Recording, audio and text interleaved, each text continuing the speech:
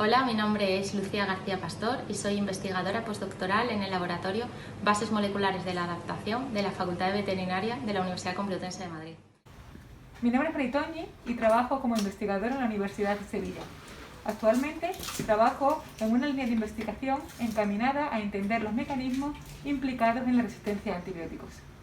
Soy María Olmedo, soy investigadora Ramón y Cajal del Departamento de Genética de la Universidad de Sevilla y trabajo con el nematodo C. elegans. Hola, soy Joaquín Bernat, investigador Marie Curie de la Universidad de Sevilla y trabajo con pez cebra.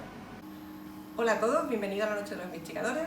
Hoy os presentamos el taller de investigación con organismos modelos. En la investigación en biología hacemos uso de organismos modelos para entender el funcionamiento de los seres vivos, así como las causas de las enfermedades humanas y cómo desarrollar posibles tratamientos. Su uso conlleva un enfoque comparativo, en el que asumimos que los conceptos fundamentales que aprendemos de los organismos modelos pueden aplicarse a otras especies, incluyendo los humanos. Esta estrategia es posible gracias a la conservación del material genético en el curso de la evolución. Los organismos modelos empezaron a utilizarse ya en el siglo XIX. Sin embargo, fue a mitad del siglo XX cuando se vio una explosión en el uso de organismos modelo. Inicialmente se utilizaron microorganismos como virus, bacterias y hongos para sentar las bases de procesos celulares básicos y que por tanto son comunes a todos los seres vivos. A continuación, se han ido añadiendo al repertorio de organismos modelos otros más complejos, tanto plantas como animales invertebrados y vertebrados, que ayudan a entender procesos más complejos como el desarrollo.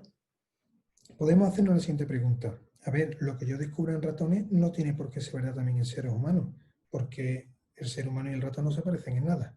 Bueno, en realidad no somos tan diferentes. Todos los organismos estamos conectados a través de la evolución y compartimos un mismo código, donde está grabada la información necesaria para construir nuestras moléculas. Ese código común es el ADN. Los científicos no solo hemos aprendido a leer ese código, sino que también hemos descifrado la información genética de muchos organismos y podemos hacer comparaciones entre ellos. De esta manera, hoy sabemos que la gran mayoría de los genes asociados con enfermedades humanas también se encuentran en el gusano C. elegans o en el pez cebra, y que el ratón y el ser humano compartimos más del 95% de la información que se encuentra en el ADN. Además, el desarrollo de técnicas de ingeniería genética nos permite manipular esa información para poder entender qué elementos son los responsables de las distintas enfermedades y poder diseñar terapias para remediarlas. Como podemos suponer, no cualquier organismo es válido para su uso en investigación, sino que debe presentar una serie de requisitos o características, y os vamos a mencionar algunas de ellas. Por un lado, deben ser pequeños y fáciles de manipular en el laboratorio. También es conveniente que sean baratos y podamos tener grandes cantidades para hacer muchos experimentos. Que presenten un ciclo de vida corto y nos permitan estudiar su desarrollo en un tiempo prudencial. Es importante que existan herramientas genéticas disponibles y podamos modificar su ADN para analizar qué es lo que ocurre cuando tocamos un gen determinado, que por ejemplo sea importante para el desarrollo de una enfermedad que estemos estudiando. Una cualidad muy deseable también es la transparencia. Esta cualidad nos permite visualizar procesos biológicos a tiempo real. Ahora Maritoñi nos explicará la importancia de conocer los mecanismos por los que las bacterias desarrollan resistencia a los antibióticos.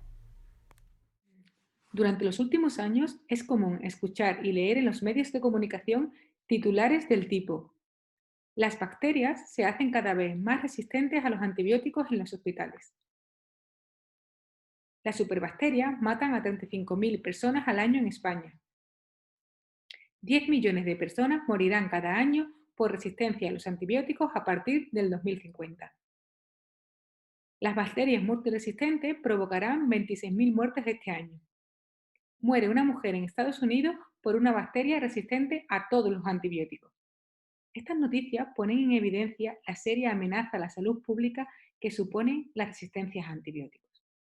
Si retrocedemos a principios del siglo pasado y leemos uno de los boletines donde se informaba sobre la natalidad y la mortalidad de la población española, observamos que de los 650.000 nacimientos, casi 200.000 murieron antes de los 5 años, siendo las enfermedades infecciosas las principales causantes de estas muertes. Fue el científico británico Alexander Fleming en 1928 quien, con el descubrimiento accidental de la penicilina, revolucionó el tratamiento de las enfermedades infecciosas en todo el mundo. Enfermedades como la tuberculosis, neumonía, sífilis, cólera o el tétanos dejaron de ser mortales. Fleming se percató que la presencia de un hongo, Penicillium, en sus placas de cultivo evitaba el crecimiento de la bacteria Staphylococcus aureus. Años más tarde, aquella sustancia a la que el propio Fleming denominó penicilina se convertiría en el primer antibiótico. Pero, ¿qué es un antibiótico? Un antibiótico es una sustancia natural o sintética capaz de matar o inhibir el crecimiento de las bacterias. Es muy probable que en algún momento de vuestras vidas os hayan prescrito algún antibiótico para tratar una angina, neumonía o una infección urinaria. Son, por tanto, los antibióticos sustancias de uso muy común en la actualidad y desde que fueron descubiertas a principios del siglo han revolucionado el tratamiento de enfermedades infecciosas en todo el mundo y además han evitado miles de muertos a lo largo de la historia. Fue poco tiempo después del descubrimiento de los primeros antibióticos cuando empezaron a aparecer bacterias resistentes a estas drogas. La resistencia a antibióticos se produce naturalmente cuando los microorganismos desarrollan la habilidad de defenderse de los antimicrobianos que tomamos para combatirlos. Si bien es cierto que Fleming apuntó la posibilidad de la aparición de bacterias resistentes a antibióticos por adaptación, lo que no predijo fue la aparición de bacterias multiresistentes. Un microorganismo puede hacerse resistente a uno o más antimicrobianos. Por lo tanto, una bacteria multiresistente sería aquella que es capaz de sobrevivir al tratamiento con distintos antibióticos. Y es que Fleming desconocía por aquel entonces que las bacterias son capaces de intercambiar información genética entre ellas, haciéndolas así mucho más fuertes frente a los antibióticos. Lamentablemente, el panorama puede ser aún peor, ya que existen en el mundo bacterias que logran resistir todos los antibióticos conocidos. Son las superbacterias. Como resultado, los medicamentos se vuelven cada día menos eficaces y las infecciones más difíciles de tratar. Las multiresistencias son actualmente un grave problema y la ciencia está poniendo el foco en ello. Según la OMS, la Organización Mundial de la Salud, en 2050 será la primera causa de muerte por delante del cáncer. 10 millones de personas morirán a causa de bacterias multiresistentes si no le ponemos freno. Los investigadores en los laboratorios utilizan bacterias modelo para extrapolar y llegar a entender cuáles son los mecanismos a través de los cuales las bacterias hacen frente a los antibióticos. A continuación, María hablará de cómo la investigación con C. elegans permitió conocer las bases de un proceso celular fundamental, como es la muerte celular programada. C. elegans es un pequeño nematodo transparente que se encuentra en la materia orgánica en descomposición, donde se alimenta de microorganismos. Uno de los procesos biológicos que se ha estudiado en profundidad en C. elegans es la apoptosis. La apoptosis es un proceso de muerte celular programada. Es por tanto distinto de la necrosis, que normalmente ocurre en respuesta a las lesiones en las células. La muerte celular programada tiene lugar durante el desarrollo de organismos multicelulares.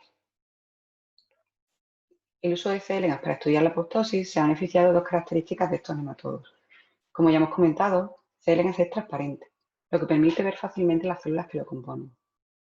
Además, sus células se dividen en un patrón invariable, lo que ha permitido conocer cómo ocurren todas las divisiones celulares desde el cigoto al gusano adulto. Al analizar este patrón de divisiones invariables, se observó que ciertas células morían en el proceso, pero lo llamativo es que siempre en las mismas células. Estas observaciones llevaron a concluir que se trataba de un proceso de muerte celular que estaba programado en el desarrollo, al igual que anteriormente se había observado con otras especies de animales. En humanos, la apoptosis es necesaria, por ejemplo, en la formación de los dedos de las manos y los pies. Durante el desarrollo embrionario, aparecen primero unas protuberancias que formarán las manos. Para adquirir su forma, las células que se encuentran entre las falanges mueren de forma programada por apoptosis. Los genes que controlan este proceso se pudieron identificar y estudiar en C. elegans, y después se ha visto que sus homólogos en humanos controlan también la apoptosis. Estos genes codifican unas enzimas llamadas caspasas, que son las que median el proceso de apoptosis. Las caspasas y el proceso de apoptosis también son cruciales para la eliminación selectiva de células que han acumulado daño en su material genético, manteniendo los tejidos sanos. Cuando falla el mecanismo de apoptosis, en una célula que tiene su material genético dañado, Esta célula puede dividirse dando lugar a más células anómalas, que pueden proliferar de forma descontrolada, dando lugar a tumores. Esta es la forma en la que los organismos modelos sencillos contribuyen a entender los procesos biológicos involucrados en las enfermedades humanas. A continuación, Joaquín, que trabaja con el modelo de pez cebra en el departamento de genética, nos va a contar un poco más sobre el uso de este organismo modelo en investigación. Este pececito ha sido tradicionalmente protagonista en millones de acuarios y fue el biólogo molecular George Stisinger quien lo introdujo en la carrera investigadora alrededor de los años 70. Desde entonces, su transparencia y sus cualidades genéticas y embrionarias han hecho que este modelo se convierta en una auténtica rockstar en el campo de la investigación biomédica. Los cebritas y nosotros compartimos un 70% del material genético. Gracias a esta similitud de genética, muchas de las terapias y medicamentos desarrollados a partir de estudios con peces cebras son más fácil y rápidamente extrapolables al ser humano. Pero una de las características más impactantes de este pececillo es su capacidad para regenerar determinados órganos. De esta manera, puede regenerar el corazón y su funcionalidad tras haberse amputado hasta en un 20%. Es capaz de regenerar por completo lesiones medulares graves en apenas 8 semanas. Asimismo, si se le provoca ceguera lesionando tanto la retina como el nervio óptico, es capaz de regenerar esta célula volviendo a ver con normalidad en menos de un mes. Pues bien, os voy a contar hoy qué es lo que ocurre en el caso concreto de la lesión medular grave. En mamíferos, cuando se produce una lesión de este tipo, el organismo reacciona para parar la hemorragia, formándose una cicatriz que separa irreversiblemente los dos extremos de la médula espinal. En cambio, en el caso del pez cebra, cuando se produce una lesión de este tipo, unas células llamadas células gliales forman un puente conectando los dos extremos de la médula. Posteriormente, hay neuronas que rellenan el hueco y regeneran la médula dañada, recuperando el pez de la capacidad de movimiento. Pues bien, en un estudio llevado a cabo por la doctora Maisa Mokale, se ha descubierto que durante el proceso de regeneración hay un factor de crecimiento del tejido conjuntivo que se expresa muchísimo tras la lesión. El gen que codifica este factor de crecimiento también se encuentra en humanos. De hecho, los investigadores en este trabajo aplicaron el factor de crecimiento humano a peces lesionados y observaron una recuperación muy similar a la que se observa con el factor de crecimiento propio del pez. Este y otros trabajos similares podrían abrir la puerta a un futuro tratamiento regenerativo para las lesiones medulares en seres humanos. Y para terminar, esperamos que os haya gustado el taller sobre organismos modelos y que estéis disfrutando de la noche de los investigadores. Ya sabéis, sin ciencia no hay futuro.